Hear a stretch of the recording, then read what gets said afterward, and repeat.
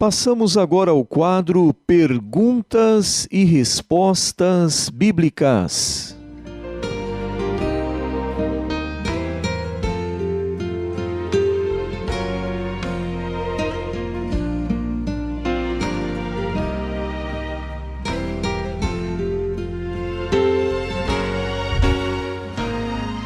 Nós temos uma pergunta primeira hoje de Ferreira. E ele faz a pergunta com base em Isaías 6, versículo 3, onde aparece a palavra santo 3 vezes seguidas. A primeira está grafada com letra maiúscula e as duas seguintes com letra minúscula. Então ele acha que isso é uma distinção, como se a Trindade não tivesse igualdade na sua hierarquia. Mas eu quero dizer ao nosso consulente que isso não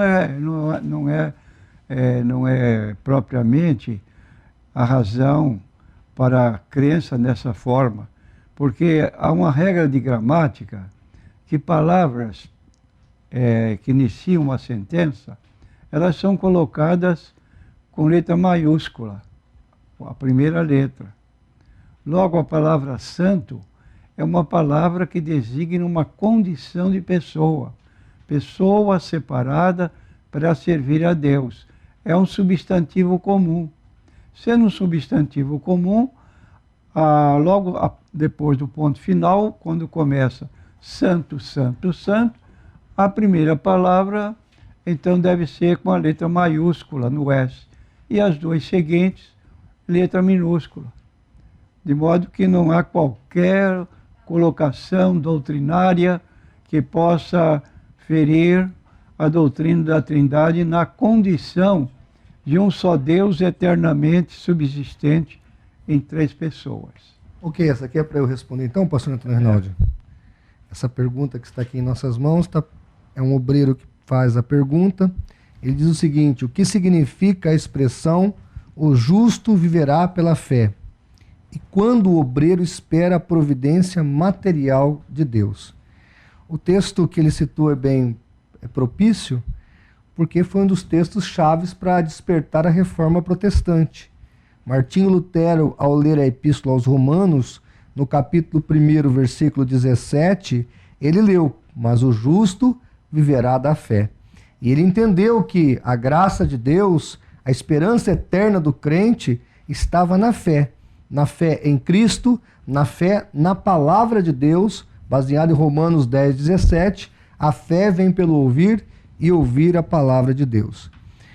Eu entendo que o obreiro de Deus ele deve ter fé para suas provisões, porque sem fé o obreiro de Deus não faz a obra de Deus. A obra de Deus é uma obra difícil de ser feita. Agora, acima de tudo, o apóstolo Paulo diz, para você que fez essa pergunta, presta muita atenção, e principalmente para você que quer ser obreiro de Deus. Paulo disse: olha, eu sei passar todas as coisas, lá em Filipenses ele fala. Eu sei ter abundância e sei ter necessidade. Eu sei ter saúde e sei passar por enfermidades. Eu sei ter a alegria e sei passar por sofrimentos e por tristezas. Então é importante que você que está nos assistindo, você que está nos ouvindo, entenda que o obreiro de Deus é uma pessoa que sofre por amor a Cristo. É uma pessoa que está disposta a padecer por causa do Evangelho. Sabe, pastor Natanael Rinaldi, uma vez eu estava pastoreando uma zona muito pobre da nossa cidade e a minha esposa, ela estava cozinhando no fundo da nossa casa com 4 tijolos de 8 furos. Ela fez ali uma fogueirinha, um fogaréu ali, com lenha que ela pegou ali no quintal, e ela estava fazendo o nosso almoço de domingo. Eu passei por isso. E aí chega um presbítero da igreja e ele fala: que cheiro de queimado é esse? Ele entra e vê a minha esposa ali cozinhando naquela situação, e ele olha no bujão da nossa casa, tinha acabado o gás. Ele: mas o senhor não falou para mim? Eu falei: meu querido, eu só comunico minhas necessidades a Deus. E aos santos que eu sinto liberdade. Como eu não encontrei com ninguém hoje de manhã que eu sentisse liberdade, eu só pude chorar nos pés de Cristo. Ele, não, senhor, tirou o bujão, foi no mercado, fez uma compra, comprou um botijão de gás e trouxe para mim. E a minha esposa teve que apagar aquele fogareiro e cozinhou no fogão a gás. Isso é viver pela fé. Isso é viver pela fé. Porque tem hora que o ministério, ele exige fé. Ele exige confiar nesse Deus. Deus ali olhou que eu e a minha esposa, nós estávamos dispostos a, se for preciso, improvisar um fogão a lenha primitivo e cozinhar, e sem reclamar, e sem murmurar. Ela não estava murmurando naquele quintal, eu não estava murmurando, nem queria que o presbítero soubesse. Mas quando ele sentiu o cheiro, ele achou estranho que alguma coisa estava queimando no quintal, ele entrou para ver e viu ali que a minha esposa estava cozinhando e foi buscar um botijão de gás e fazer uma compra. Isso é fé. Por que ele foi ali? Quem levou aquele homem ali? Eu não liguei para ele. Então, muitas vezes, o homem de Deus tem que estar disposto a passar por essas experiências. Porque hoje nós vemos aí na mídia, no campo midiático, as pessoas dizerem assim que ser pastor, ser obreiro, é ser rico, ser milionário, é um bom negócio, né? A gente ouve muita gente falando por aí. Eu sei de uma coisa, o obreiro de Deus tem que estar disposto a sofrer pela obra de Deus. Eu conto esse testemunho, pastor Natanael Rinaldi, com alegria no meu coração, porque eu já passei por isso. Eu sei o que é sofrer por causa do Evangelho. Eu sei o que é padecer necessidade por causa do Evangelho e sem murmuração. Eu louvo a Deus pela família que eu tenho, pela esposa que eu tenho, pela filha que eu tenho, que elas nunca murmuraram quando não havia necessidade de comprar um bolinho de 2 quilos para comemorar o aniversário da minha filha. Eu louvo a Deus porque Deus me deu uma família cristã que entende o ministério que nós temos e que está do nosso lado e que sabe passar pelas alegrias e pelas agruras da vida. Então, meu querido, você que fez a pergunta, você que quer ser um obreiro de Deus, esteja disposto a padecer pelo Evangelho, esteja disposto a sofrer pelo Evangelho, esteja disposto a ter em abundância, mas também esteja disposto a passar por necessidade, porque o apóstolo Paulo falou isso em Filipenses e ele também deixou claro aqui em Romanos, que o justo viverá pela fé. E viver pela fé não é ter um helicóptero para passear pela cidade. Viver pela fé não é ter o melhor carro. Viver pela fé é ter alegria em qualquer circunstância. Viver pela fé é não blasfemar de Deus em nenhum momento. Vou contar a última experiência e encerro aqui, porque tem tanta coisa para falar de fé. Uma certa senhora estava orando. Do lado da casa dela havia um centro de umbanda, quimbanda, aquela coisa que faz macumba, né? E o macumbeiro parece que não gostava muito da serva de Deus que morava ao lado da casa dele ou do centro dele, porque ela gostava de orar com a janela aberta e em voz alta. Ela devia ser da Assembleia de Deus. E ela orava e dizia assim: Senhor, obrigado pela tua graça, pelo teu amor. E uma dessas manhãs ela estava orando e ela disse assim: Senhor, meu Deus, neste dia tua serva não tem nem um pão para comer.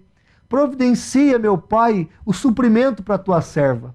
O macumbeiro ouviu aquilo ali, o cara do centro ali ouviu aquilo, ficou, né, falou: agora eu sei o que eu vou fazer com essa crente. Foi lá na padaria, comprou um saco de pão, mortandela, mussarela, botou dentro, jogou na calçada dela e disse assim: ô dona, o diabo mandou te entregar, viu? Porque ele estava bravo com ela, que ela dizia para ele: meu filho, sai dessa invocação de espíritos malignos, sai dessa vida de invocar espíritos que não são bíblicos, que não é o Espírito Santo de Deus, né? E ela sempre aconselhava ele e ele não gostava. Então ele jogou lá o pão, a mortandela, a mussarela e falou que era o diabo. Logo, daí uns 15, 20 minutos, a serva de Deus dobrou o joelho de novo. Oh, meu pai querido, e orava: muito obrigado pela provisão que tu deste à tua serva neste dia, porque quando o teu servo ora, tua serva ora, até o diabo obedece e traz comida para o teu servo e para a tua serva. Então, assim, isso é viver pela fé. Viver pela fé é confiar em Deus sempre. Viver pela fé é nunca desistir de esperar o milagre na hora inapropriada, vinda da parte de Deus. Isso é viver pela fé. Nós temos aqui mais perguntas. E uma delas, NQI, mulher, ela pergunta: Jesus é mais poderoso que o Espírito Santo? Não. A nossa doutrina bíblica a respeito da Trindade, um só Deus, eternamente subsistente em três pessoas, iguais em poder e glória. De modo que admitir que uma das pessoas da Trindade, no caso aqui, Jesus mais poderoso que o Espírito Santo, não tem base na Bíblia, só que convém ter cuidado, porque Jesus veio aqui com uma missão na Terra, ele veio buscar e salvar os perdidos, Lucas 19:10. Agora, quando ele estava para voltar ao céu, logo depois de fim da sua obra de salvação, ele fez uma promessa, que ele enviaria o Espírito Santo, e disse, convém que eu vá, porque se eu não for, não virá a vós o Consolador. Mas se eu for, enviar-vos-ei, e quando ele vier, convencerá o mundo do pecado, da justiça e do juízo. E continuou, do pecado porque não crê em mim. Ora, Jesus estava dizendo que para a pessoa crer nele como Salvador, quando ele se retirava, era necessário que o Espírito Santo atuasse convencendo a pessoa do pecado. Logo, repetindo, cada pessoa da Trindade tem a sua operação própria, porém iguais em poder e glória. Quando dizemos em glória, nós podemos dizer que adoramos o Pai, adoramos o Filho e o Espírito Santo. Todo poder que pode realizar todas as três pessoas o trabalho atinente à sua razão da vinda aqui na Terra. Jesus, por exemplo, veio buscar e salvar. Logo, não era a missão do Pai. O Pai não podia salvar, mas o Filho podia. Há um só nome, disse o apóstolo Pedro, dado na terra, pelo qual somos salvos. Atos 4, versículo 12, o nome de Jesus. Mas cada qual de per si faz a obra indicada para a sua missão. Temos aqui outra pergunta de Teixeira, aqui de Santos. Qual a diferença entre saudar com a paz do Senhor e a paz de Deus? Ora, dizendo claramente, com base na Bíblia, absolutamente não há qualquer diferença. Entretanto, convém prevenir que uma igreja aqui na Baixada, ela tem uma colocação diferente. A sua forma de salvação é paz de Deus. Aí algum dos membros pouco conhecedores disse, mas por que nós não podemos saudar com paz do Senhor? É porque, resposta dada pelo eminente dirigente dessa igreja, porque Deus é um só, mas existem vários senhores. Ora, isso é um pedantismo, uma ignorância da Bíblia Sagrada sem limites. É quase impossível uma pessoa que se diz ancião ou pastor não ter conhecimento da Bíblia Sagrada. Por que não? Porque nós lemos em 1 Coríntios, capítulo 8, nós temos aqui o apóstolo Paulo falando o seguinte, porque, estou lendo no capítulo 8, versículo 5 em diante de 1 Coríntios, porque ainda que haja também alguns que se chamam deuses, então está aqui dizendo que existem pessoas que clamam a seus deuses. Quer no céu, quer na terra, como há muitos deuses e muitos senhores. Então está dizendo que existem muitos deuses e muitos senhores. Todavia, para nós há um só Deus, o Pai, de quem é tudo, para quem nós vivemos, e um só Senhor, Jesus Cristo, pelo qual são todas as coisas e nós por Ele. Então aqui muito claro, capítulo 8 de 1 Coríntios, versículo 5 até o versículo 6, está dizendo: existem muitos deuses, existem muitos senhores, mas para uma pessoa que quer crer na Bíblia Sagrada, há um só Deus e um só Senhor. Logo, qual é a diferença? Não podemos saudar com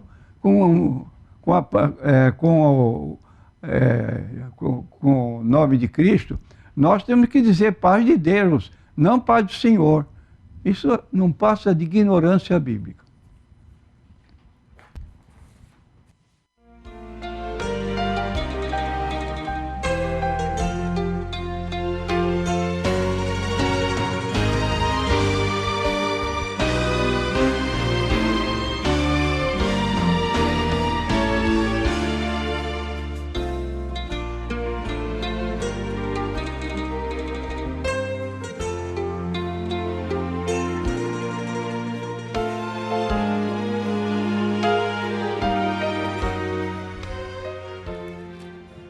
Ok?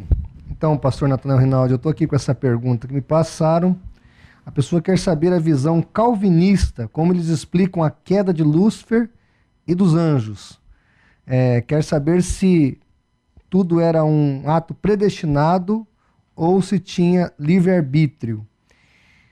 Bom, ultimamente nos últimos 6 meses, 7 meses, eu estou estudando profundamente o calvinismo.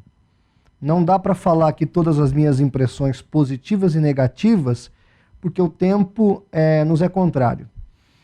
Mas eu estou um pouco assustado com algumas coisas que descubro no calvinismo. O calvinismo, ele não é um monobloco, ele não é uma doutrina única.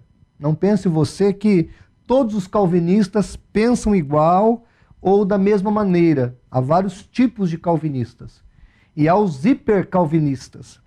Os hipercalvinistas, eles acreditam que sim, tudo o que acontece é pré-determinado por Deus. Então, se o diabo caiu, não é porque ele tinha livre-arbítrio, é porque ele foi predeterminado para que caísse. Os anjos caíram porque foram pré-determinados para isso. E Adão pecou porque foi pré-determinado para isso.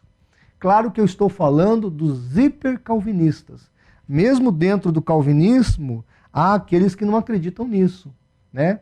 É os chamados infralapsarianos. É um palavrão isso, mas esses infralapsarianos dentro do calvinismo entendem que o homem perdeu o livre-arbítrio depois da queda.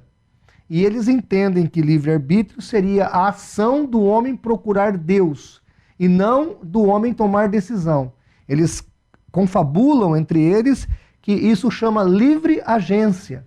Então, o que nós chamamos de livre-arbítrio, que entendemos que o homem tem, eles chamam de livre agência.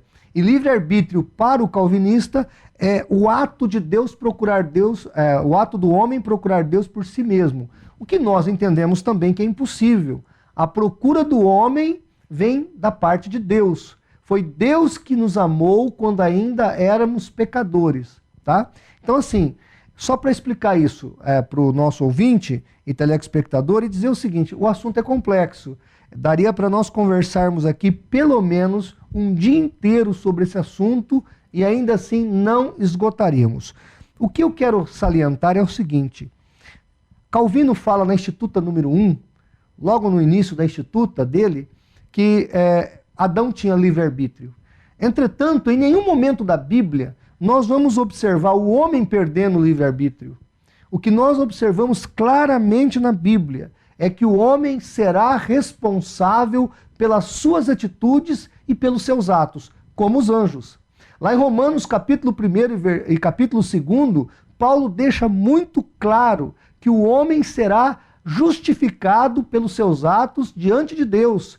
E mais, Paulo deixa claro que nenhum ser humano na face da terra será inexcusável diante do Senhor com relação a não ter tido uma oportunidade de servi-lo ou não, ou de andar com Deus ou não. Então a palavra de Deus é muito clara com relação à responsabilidade humana. E, inclusive, calvinistas famosos como o Dr. Augusto Nicodemos fala disso. E ele fala que o homem é responsável pelas suas atitudes.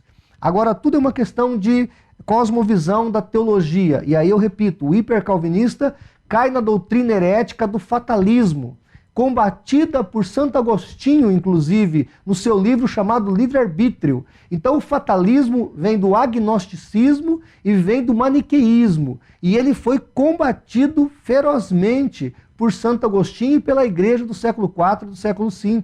No Concílio de Orange, nós temos a condenação da doutrina fatalista. Ou seja, você não pode culpar a Deus pelos erros humanos. Ah, eu adulterei porque Deus me predestinou para isso. Ah, eu matei uma pessoa porque Deus me predestinou para isso. Ah, não é bem assim. Tanto é verdade que, ainda que alguns predestinados da Bíblia para fazer certas coisas, Deus ainda deu oportunidade para que ele não fizesse. É engraçado isso. Mas não dá tempo de conversar sobre esse assunto tão controverso, tão abrangente. O que eu quero te garantir é o seguinte: pelas tuas atitudes diante de Deus, você vai ser julgado ou condenado. Pelas tuas palavras, você vai ser julgado ou condenado. Por isso, meu querido, você que está nos assistindo, nos ouvindo, busque a graça de Deus, clame pela misericórdia de Deus, porque então Ele terá misericórdia da tua vida e por essa misericórdia você vai para o céu.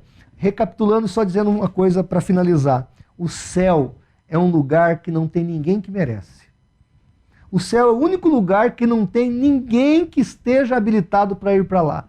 Todos que vão para o céu vão pela misericórdia de Deus. O único lugar que só tem gente que merece é o inferno. O céu é um lugar de graça. Então clame por essa graça e por essa misericórdia. E seja você calvinista ou arminiano ou wesleyano, Jesus vai te levar para o céu. Deus te abençoe. Nós temos aqui pergunta do Júlio César, do Guarujá. Tem aqui, tem uma dúvida com relação ao aluguel de um imóvel. Inquilino crente deixou algumas pendências como água, luz. Quero saber, devemos estar cobrando o nosso direito? Já cobrei 1, 2, 3 vezes, o qual devo fazer agora? O que devo fazer agora? Deixo para lá ou continuo cobrando a dívida para que ele venha conhecer a palavra? Eu quero dizer ao Júlio que você pode tomar uma das duas atitudes. Agora, o que diz a Bíblia para uma pessoa que compra fiado e não paga? No capítulo 13 de Romanos, versículo 8, diz assim: a ninguém devais coisa alguma. Então, declaradamente, um cristão que compra a prazo e não paga a sua dívida, ele está falhando com o seu caráter. E, como estamos falando aqui, ele não está representando bem o cristianismo, está agindo incorretamente. Então diz aqui o apóstolo: a ninguém de vós coisa alguma, a não ser o amor com que ameis uns aos outros, porque quem ama aos outros cumpriu a lei. Então tem essa colocação, deve insistir com esse crente, citar com propriedade Romanos 13, versículo 8, e se ele insistir em não pagar, fica a seu critério, tanto levá-lo ao juízo ou perdoar a dívida. Mas esse procedimento é errôneo, perde a credibilidade, perde a reputação, porque amanhã, se o senhor for dar informações dessa pessoa, vai ser correto em dizer que ele não é bom pagador. Então fica manchado o seu nome.